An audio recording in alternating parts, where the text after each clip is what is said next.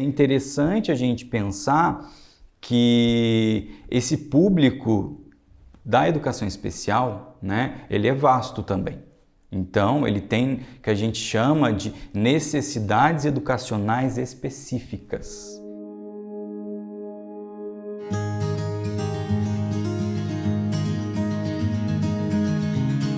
Acho interessante a gente iniciar com a conceituação, né?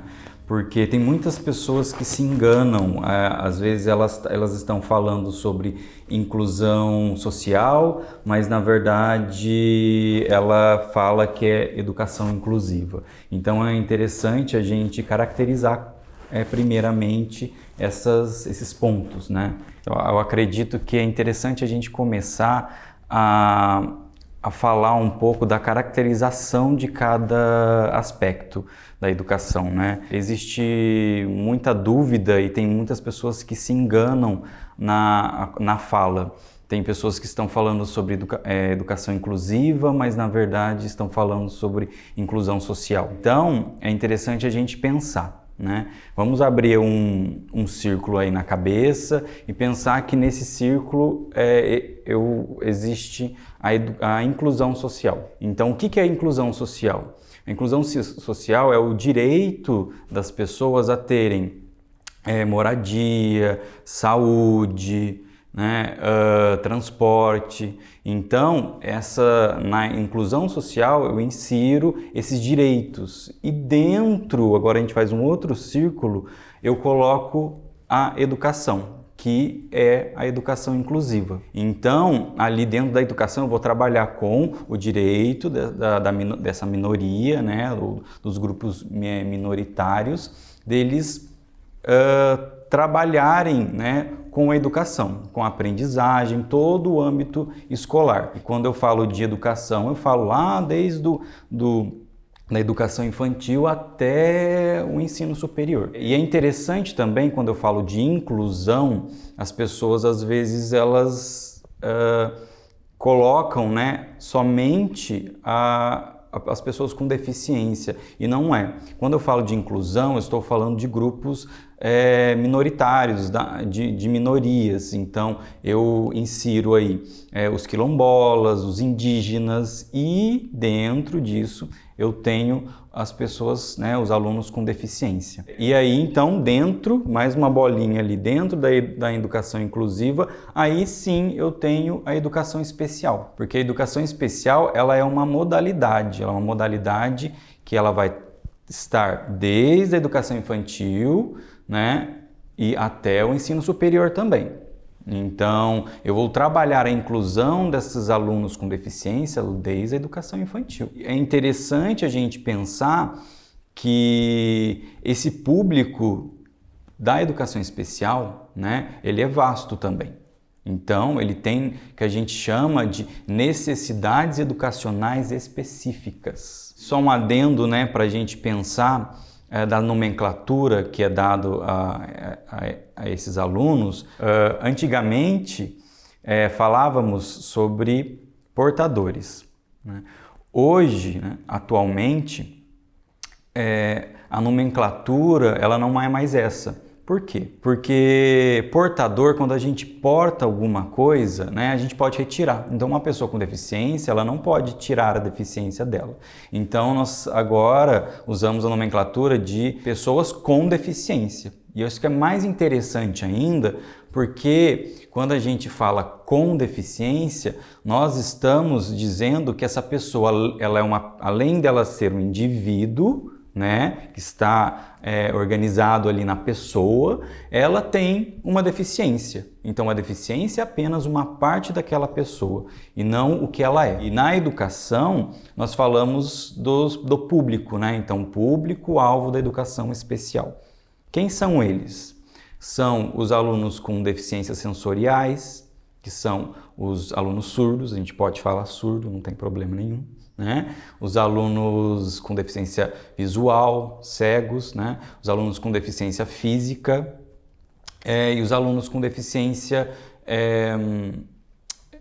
intelectual. E também os autistas, né? Os alunos com espectro autista. Então, esses são os alunos da educação especial, público-alvo, e aqueles que todos vamos encontrar dentro da sala de aula. Depois vou falar especificamente de um público-alvo, mas eu vou deixar um pouquinho para depois. Esse público ele estará incluído dentro da sala de aula. E o que é inclusão? Né? Antes a gente falava da integração. Né? Hoje a gente trabalha com a inclusão por quê? Porque a integração, diferentemente, ela era trazer o aluno para dentro da sala de aula ou para a escola. Às vezes, esse aluno nem estava inserido dentro de uma sala com os outros alunos típicos, né, que não tinham deficiência.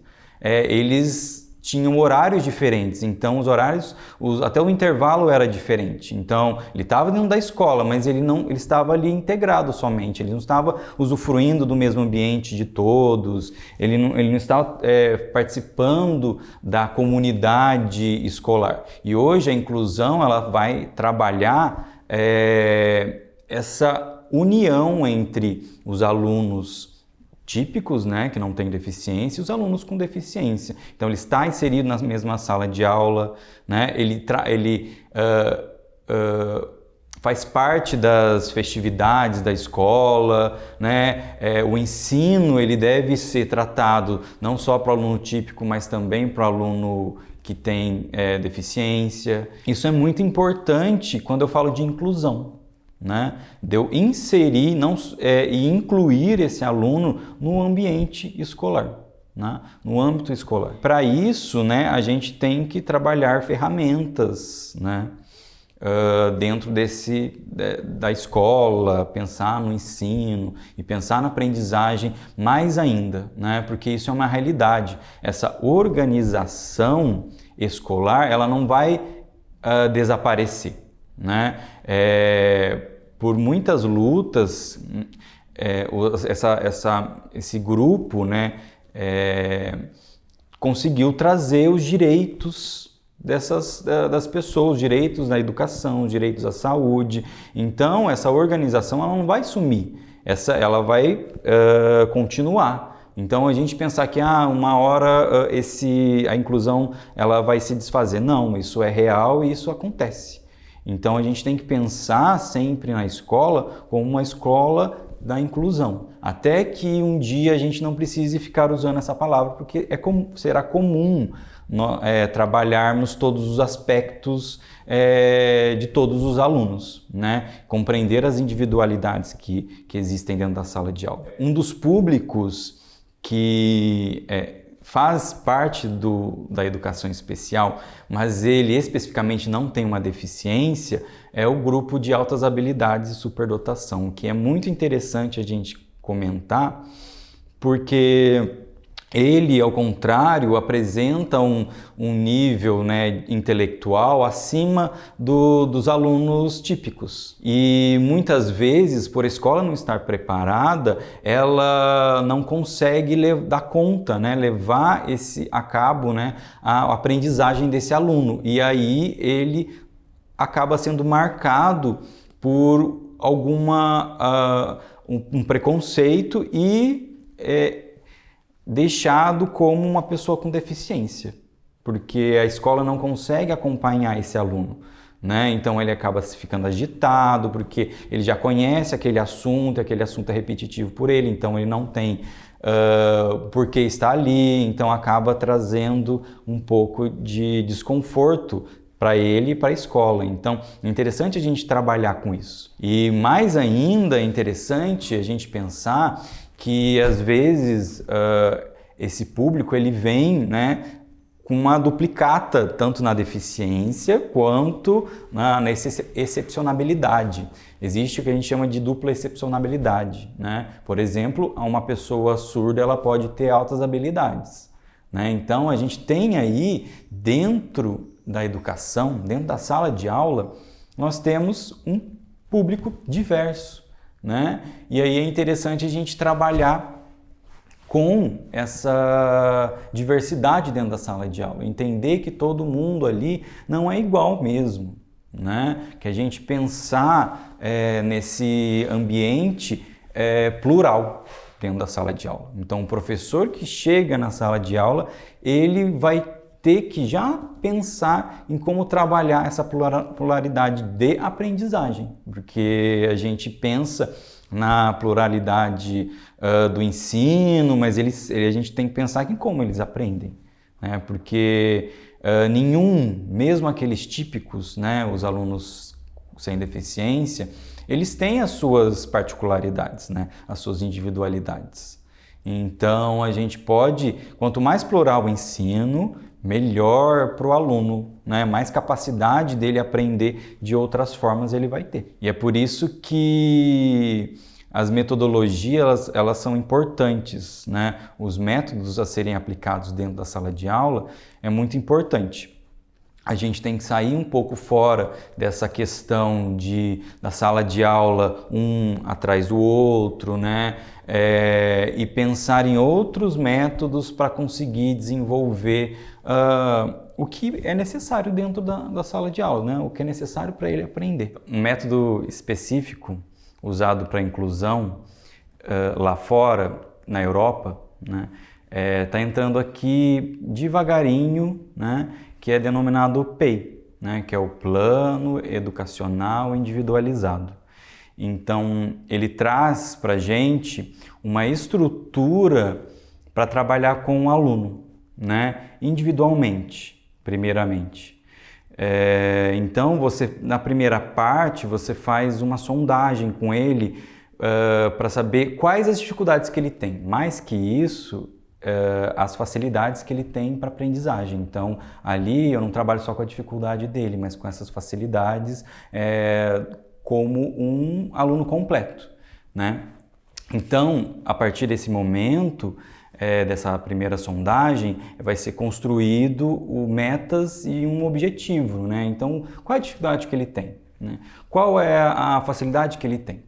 E dentro da matemática, dentro do português, da socialização, né? Porque nós temos alunos com deficiência que têm dificuldades de socialização, como autista ou alguns tipos de deficiência intelectual. Então, existe todo esse aporte dentro do PEI para ser trabalhado. E aí, essas metas, eu tenho que ensinar o que para esse aluno? Qual a dificuldade que ele tem e em quanto tempo eu preciso ensinar, né? Como vai ser a avaliação? Essa avaliação tem que estar de acordo com o que ele é, quais são as capacidades que ele tem. Então, esse PEI, ele é um programa, né, um plano que ele vai ser desenvolvido aí durante todo o ano letivo, né, com metas específicas, né? Chegou na meta, será que ele conseguiu atingir isso? Conseguiu atingir essa meta? Se não conseguiu, vamos reavaliar como será colocado novos métodos para ensinar ele, né? Para que ele aprenda. Isso é muito importante porque, como eu tenho uma pluralidade dentro da sala de aula, eu tenho que trabalhar novas metodologias. Para os alunos público-alvo da educação especial, existe a flexibilização curricular, né? Então, nessa flexibilização curricular é trabalhado métodos como materiais adaptados para o aluno. O aluno surdo, né? Ele tem uma maneira diferente de aprender, né? Porque o mundo para ele também é diferente, é um mundo sem som. Então, a visualidade é muito mais presente. Então, os materiais e métodos para ser usado com eles, né, que usam a visualidade, surtem muito mais efeito na aprendizagem do que outros métodos de escrita, por exemplo, né? Então, o material adaptado a ele é muito mais eficiente do que um material comum. Trabalhar a visualidade, trabalhar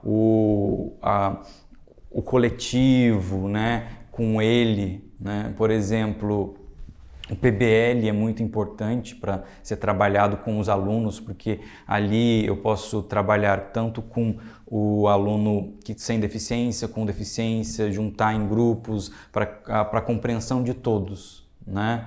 Então, essa sala de aula plural, ela traz esses desafios, né? Desafios que fazem com que o professor ele tenha que pensar como ele vai dar essa aula hoje. Porque essa aula que é dada agora já está modificada.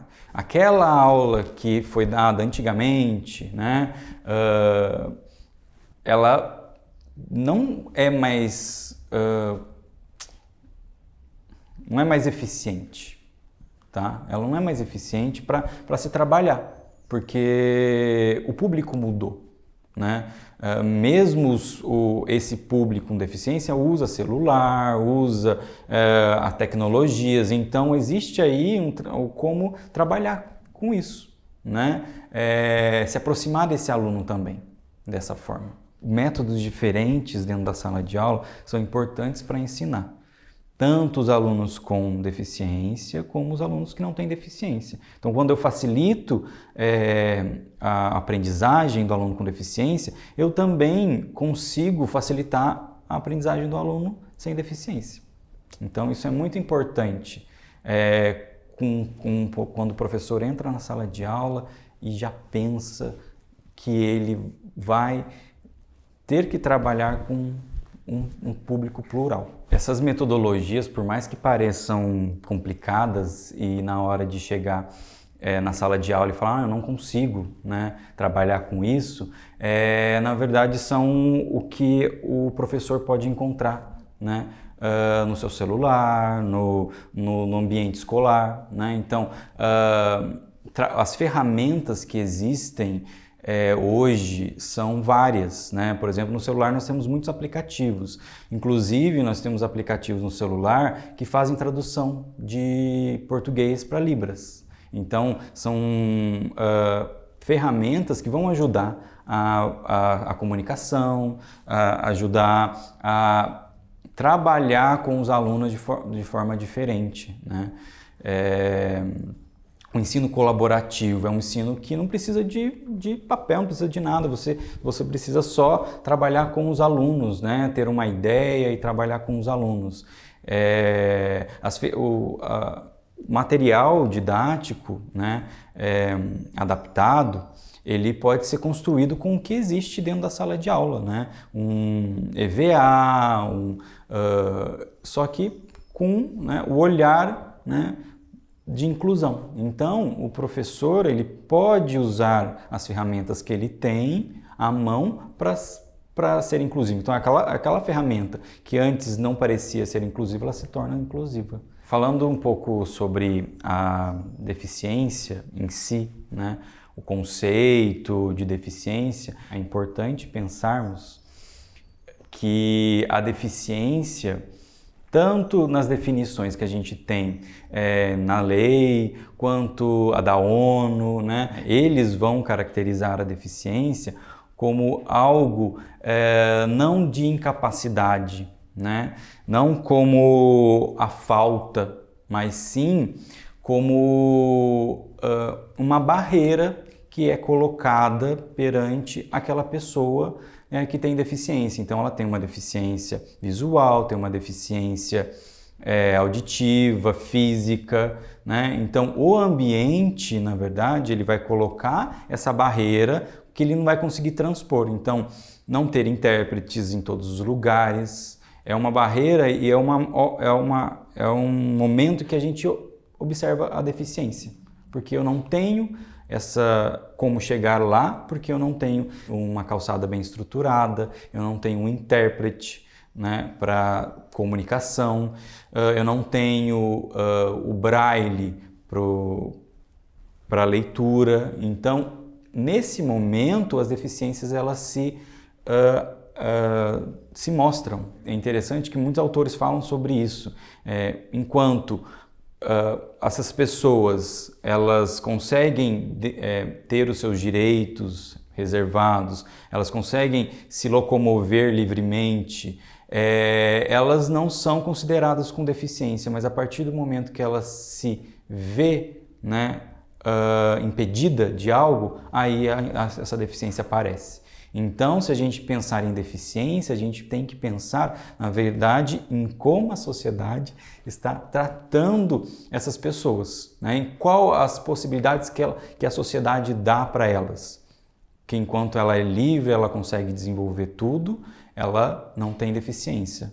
Mas quando ela chega a uma barreira, aí a deficiência se demonstra e aí ela não consegue desenvolver aquilo que necessita.